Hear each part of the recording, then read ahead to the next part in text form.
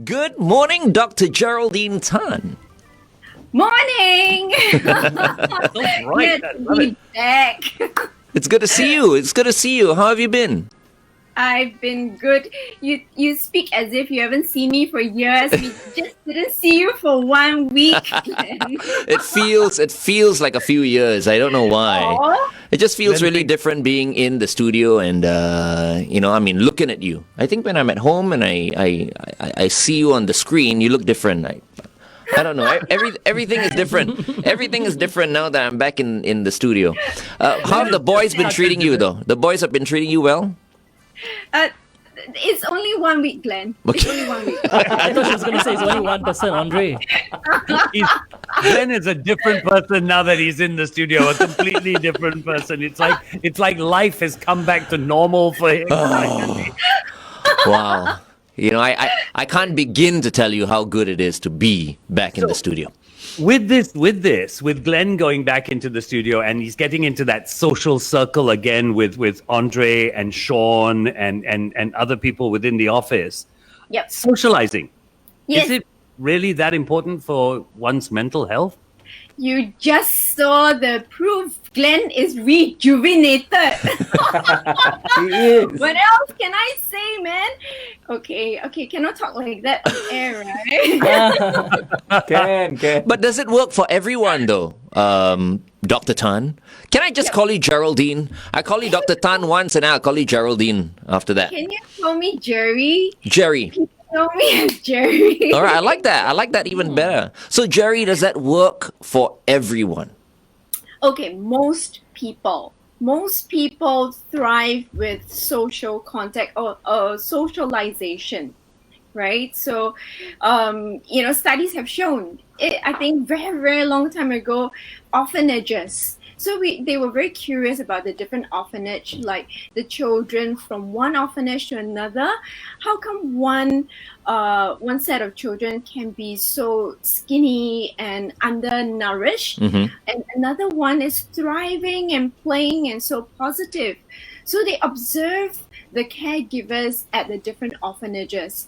So when they and they realized that the orphanage that had the nuns that were hugging the children, loving the children in that physical, warm, encouraging manner, the children were positive, even if they had very little to eat. Whilst the others had food to eat, but because they were deprived of that human contact, that social contact, and it became very difficult for the children to learn about love. So it's like fertilizer, that social contact. It's interesting. I just want to bring this up because I have been described as this. When we say social contact, and you brought it up, the nuns were hugging the children and things like that. It is a very physical contact. Yes. Is that what it's supposed to be? Would you have the same result if we had the same love, but we didn't have the physical contact? Well, there's not only physical, there's verbal. So there's the you're doing good, you're fine. So it's like a person that is ill. And we've all been ill before. If you've broken your leg or you're just feeling under the weather and somebody comes to you and say, it's okay, everything's going to be all right. The person has no medicine, but instantaneously you feel a little bit warmer. You feel like, okay, I can face the day. Yeah. Words of encouragement, so very, very important. Exactly. So that's another area, that the social aspect gives, that words that we can hear. Right. And I saw the red card going on. Which means we're going to play a song, but we'll continue talking about socializing and how important socializing is for our mental well-being. Here's Robbie Williams with Angels on 1FM 91.3. Good times, greatest hits.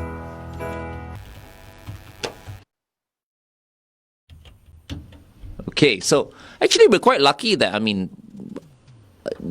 I don't know whether many of us actually felt like we were in a major lockdown, because some other countries, when they were locked down for like months, a month or two, they were really, really locked down. But to a certain extent, we were locked down, but still, it wasn't 100%. You know Just what I mean? Malaysia, our neighbors. Yeah. Their MCO, movement control order, was a lot stricter than ours. Right. Right. Only the head of the household was allowed to leave the house only for groceries, which is, that is tough, man. Right. And I tell you, if that situation ever came here, I'm giving up that title of head of the household. I'll go to my wife. She can go get all the groceries. But still, I mean, people have felt they've been isolated here in Singapore, and I don't know whether you have the numbers, Jerry, but do you think there are many people who felt like they were going crazy? Yep. And you've just described social isolation. So the social isolation is, being cut off from people. So and ours is a perceived cut off from people. I keep telling so many people, you're not on house arrest. I don't know why people think they are on house arrest, but the social isolation can come in many different ways and forms. So it's being cut away from your social network. Yep. And it's as simple as maybe you've kind of had an operation and you can't go out.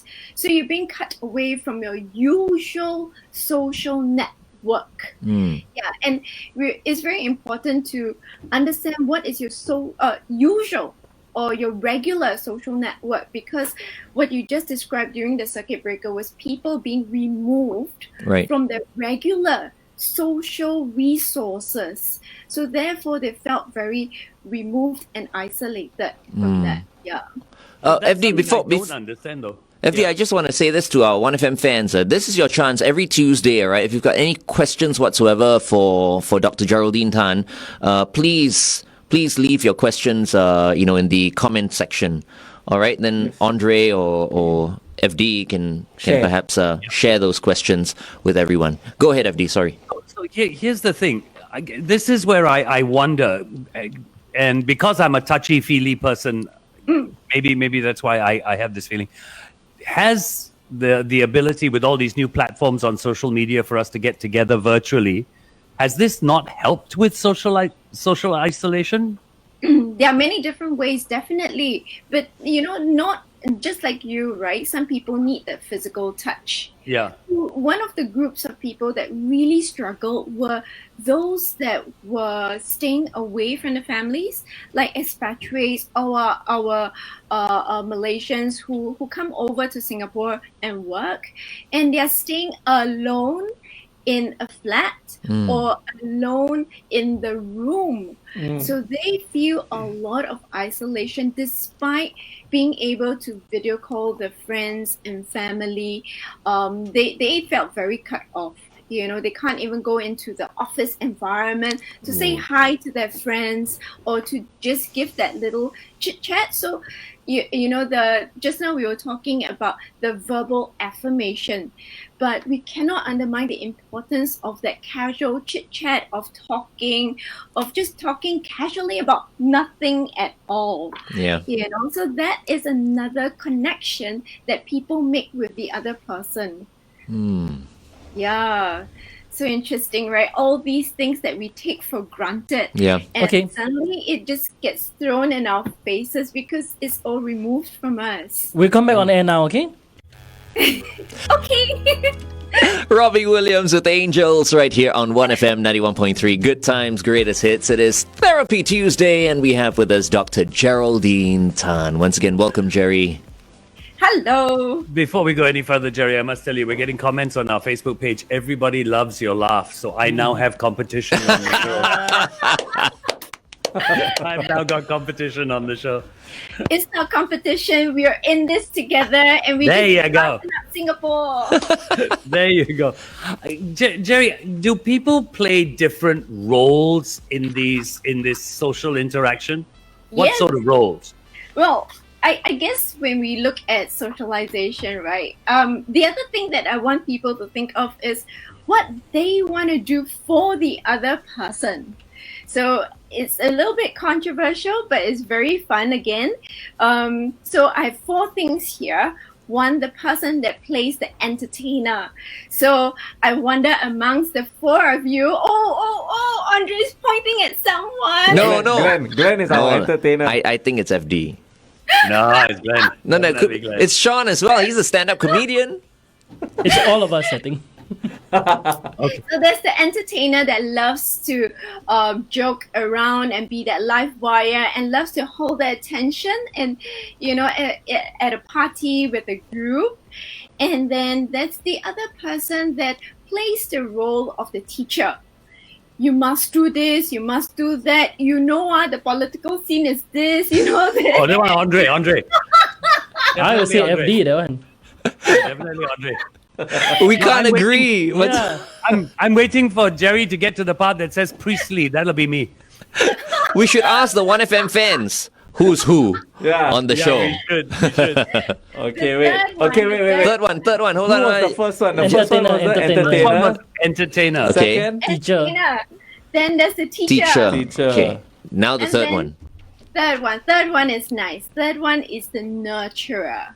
The one that cooks for you, brings you things, looks after you.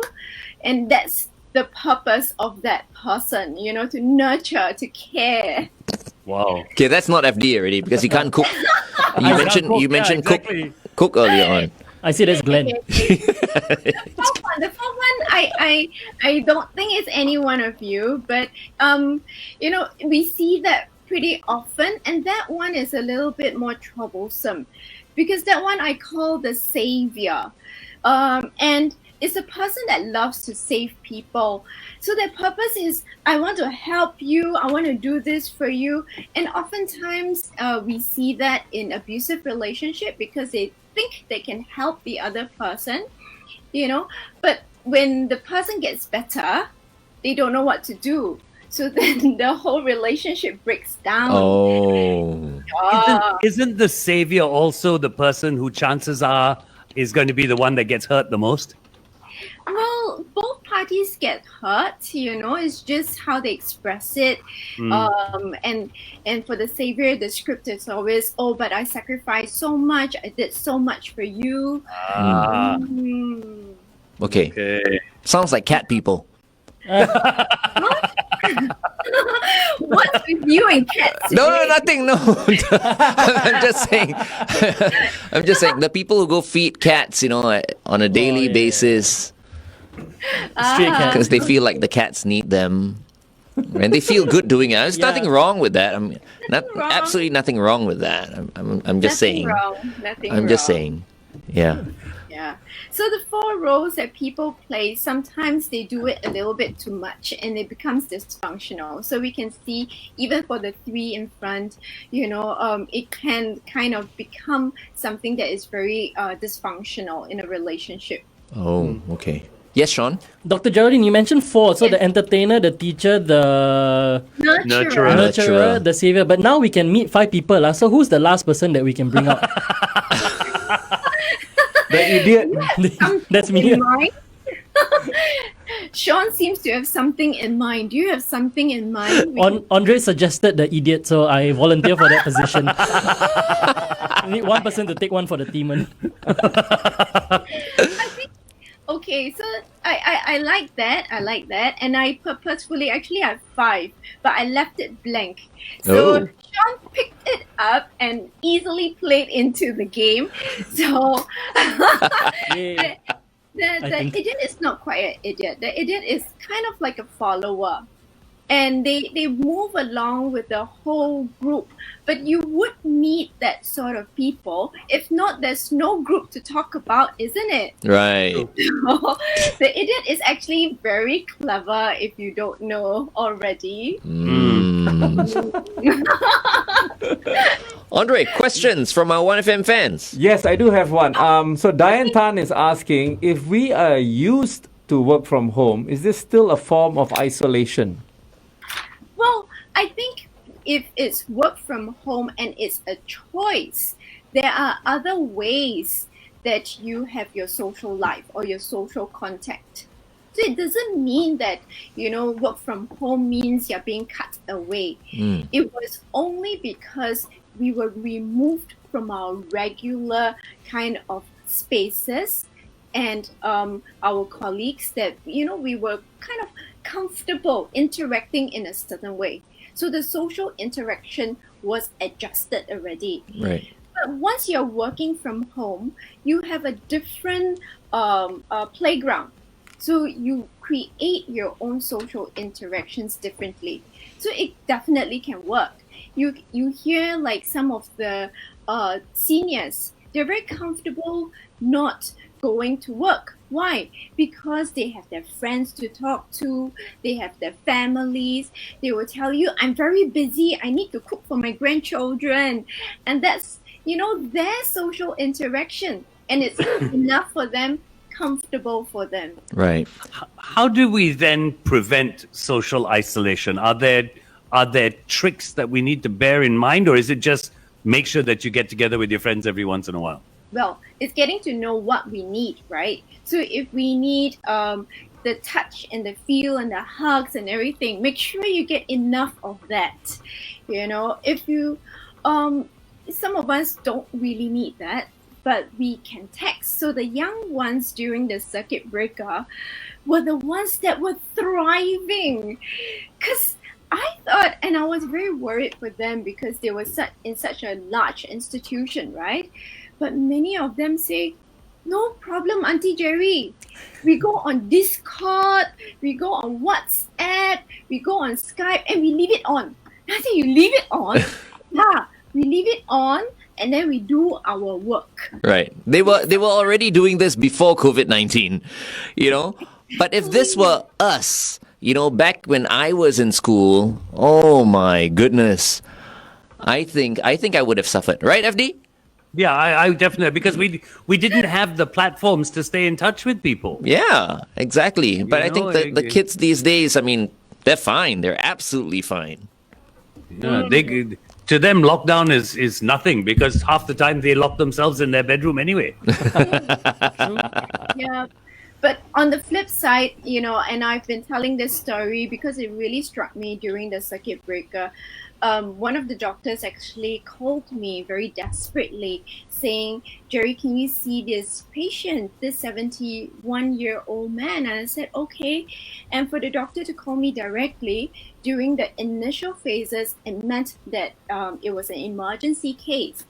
So this man came in face-to-face because emergency, right? So I'm not flouting any laws here. And he said, he had been telling his wife, oh, my life is over, I've got nothing to live for. So I asked a little bit.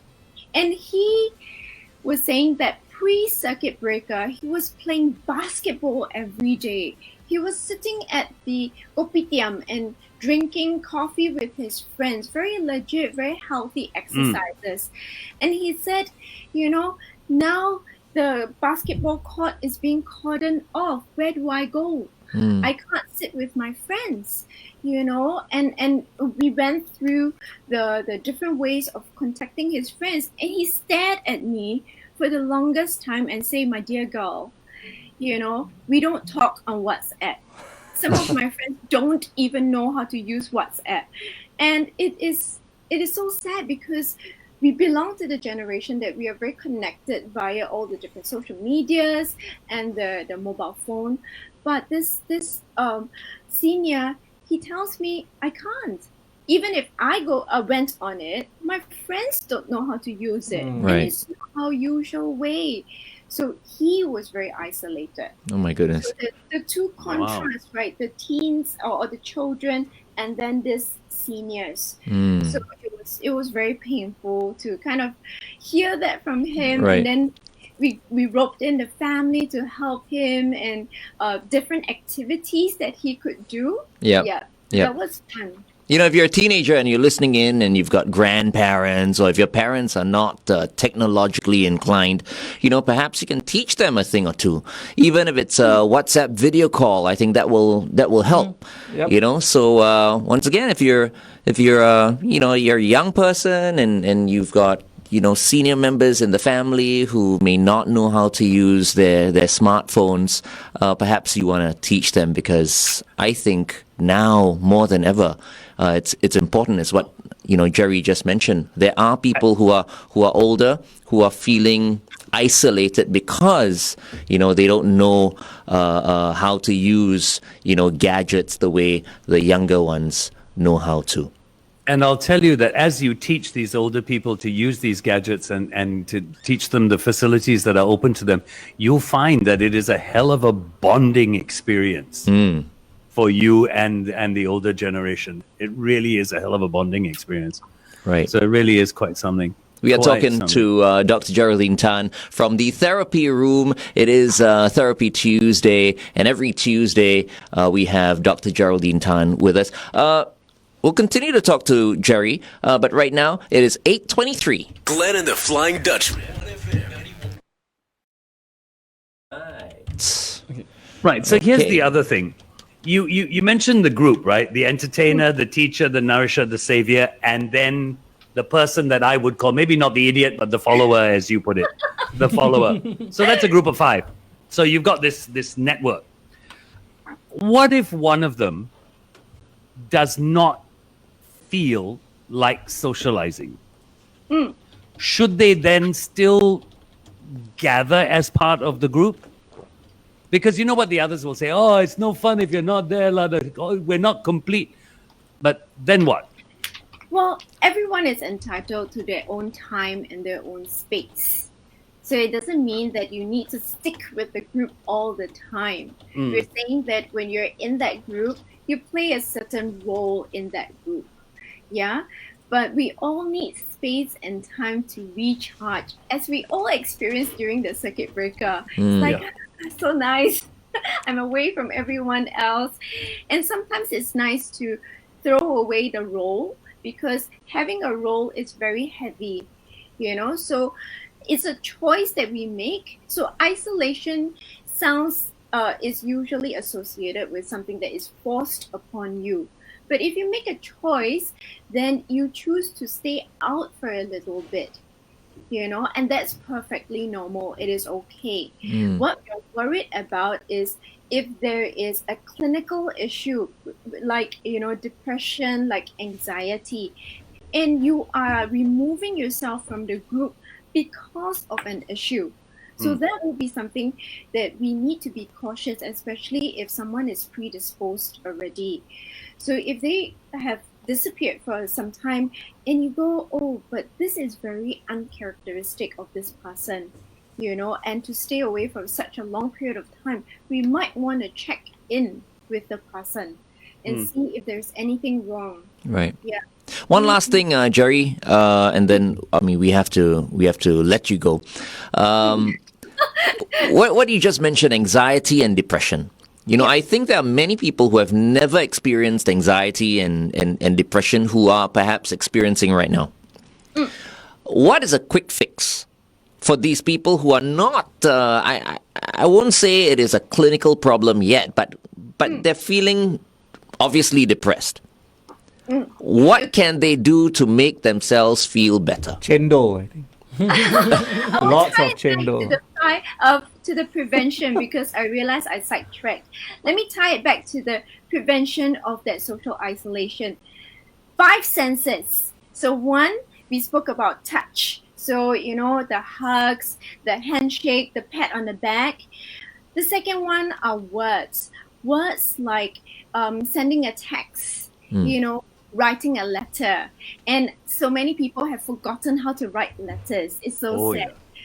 And it's just nice that you receive a little note. So I think I have notes all over my table from little friends, not little fans. You have the fans, I have the fans. And so writing little notes, visual, like also somewhat like words, but storybooks, your magazines. That's how you connect with the people in those magazines and stories also. Smells. So that's why everyone became a baker, a chef. You know, all the smells from the kitchen coming out really just livens up your mood. You know, and the fifth one is spiritual. So the 5 pillars, right? Spiritual, like you know, just people do meditation, they do prayers, being in touch with something that might not be present in front of you. Right. So the 5 different things. Okay. All right. Excellent stuff, as always. Thank you, Jerry. Thank you for having me, and welcome back, Glenn. And Thank you. lovely to be amongst all of you again. Do you have a long day ahead of you? I actually do, but it's all happy things. All right. Wonderful. Wonderful. We look forward to seeing you again next week. Yes, I am too. Okay, thank you. Take care, Jerry. Take care. Be safe. Bye-bye. Bye bye.